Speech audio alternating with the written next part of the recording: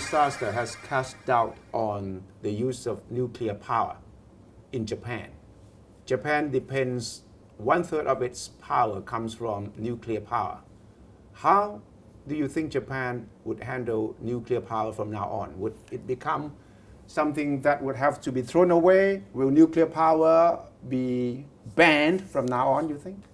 At this moment, what government is doing is to tackle the imminent problem Yes. caused by the earthquake and tsunami on Fukushima Daiichi. Yes. So what we are doing is to stabilize the situation of Fukushima Daiichi nuclear power plant. And of course, in due course, we will conduct thorough verification Yes. of the cause of the accidents of the Fukushima Daiichi nuclear power plant. And obviously, definitely, based upon the verification, we will discuss and formulate a new comprehensive energy plan, considering taking into account many factors, including availability of alternative resources of energy and feeding of the Japanese people and so on. So it's too premature for me to say definite thing about the future of our energy plan, and that work should be done after the thorough verification of the cause of the Fukushima Daiichi nuclear power plant. But certainly, the use of nuclear power has come under big questioning after this incident.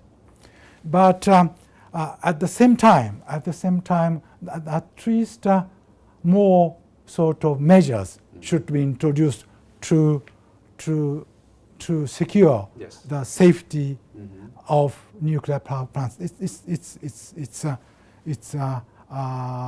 sort of clear to me.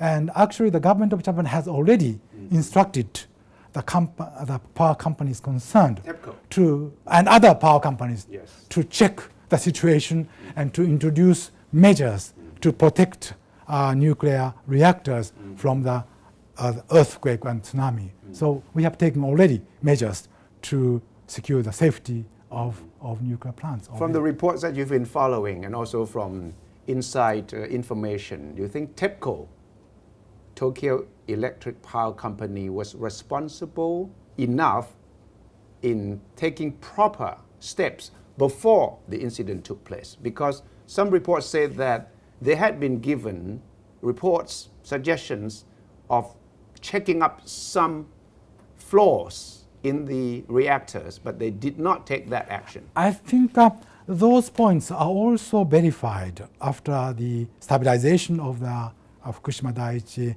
nuclear power plant. At this moment, I hear from time to time some reports concerning the sort of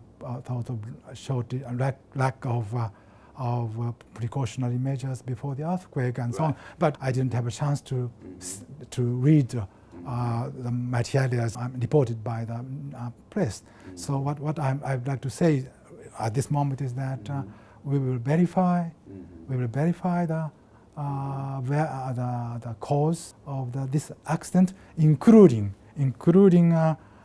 whether TEPCO has taken a sort of enough measures before the earthquake or not. And what we should do is to stabilize. As I said, I'm repeatedly saying stabilize the situation. That is the first thing we should do. Because the incident has affected or weakened some people's confidence in Japan. We used to think that Japan is very efficient and that whatever accidents might come about, there were preventive measures.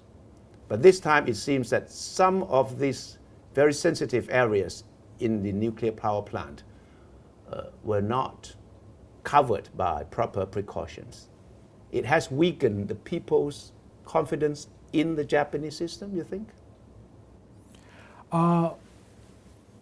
The government of Japan, Government, TEPCO, private sector, TEPCO? local government, Yes. self-defense forces, private companies, and fire departments, and others are mobilizing every resource possible to tackle this issue.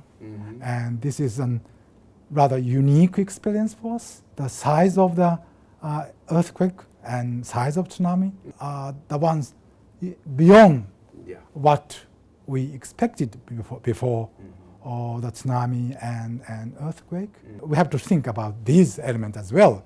And again, after the stabilization of the nuclear plants and after the stabilization in the process of restoration and recovering of Japan, definitely we will review not only measures in relation to nuclear power plants, but also in relation to evacuation measures or other measures against tsunami and others will be reviewed, and so that we can be prepared, ready for the possible new earthquake and tsunami in the future.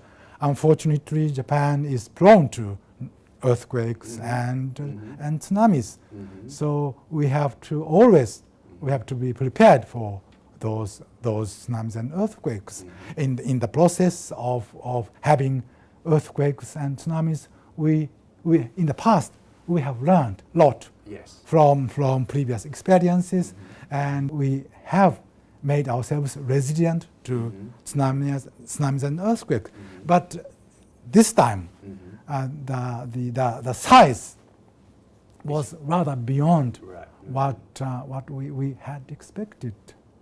Has that affected the self-confidence of the Japanese on average? You think Japanese people feel less confident now than before?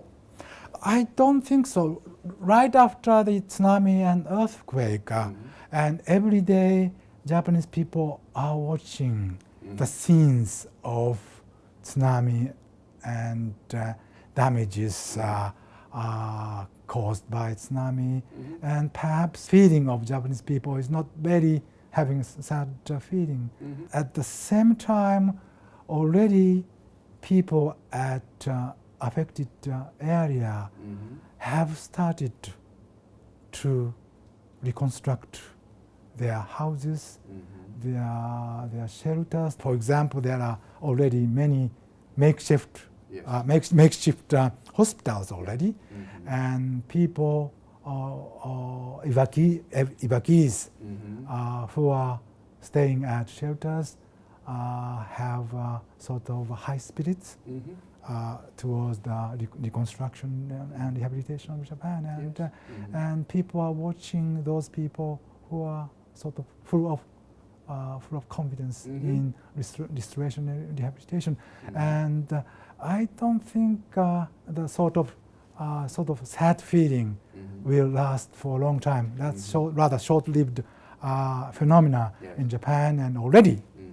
people have, even affected persons have recovered their feeling, and they are confident in reconstructing and recovering their lives in the future. A lot of people have also shown appreciation for the Japanese people's sense of discipline, calmness, gracefulness in handling this very big disaster. I mean, that sort of reports of the international media are being reported in Japan. and those reports encourage us very much.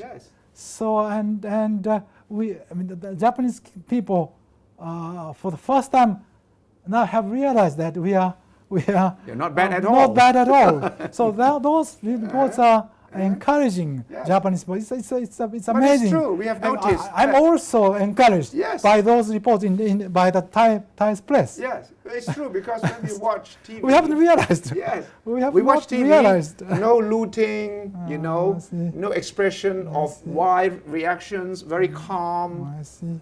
And even when there's no electricity, people do not go into shops and start raiding or stealing things? We had not expected that those points are admired by the foreign. But now you know that they are very important features of people in crisis, right? So I think that is a good encouraging kind of word from around the world. Yes, it's very good encouragement to Japanese as well. And I'm really grateful to the foreign press to not only to cover negative side of the earthquake and tsunami, but also positive side of tsunami and earthquake.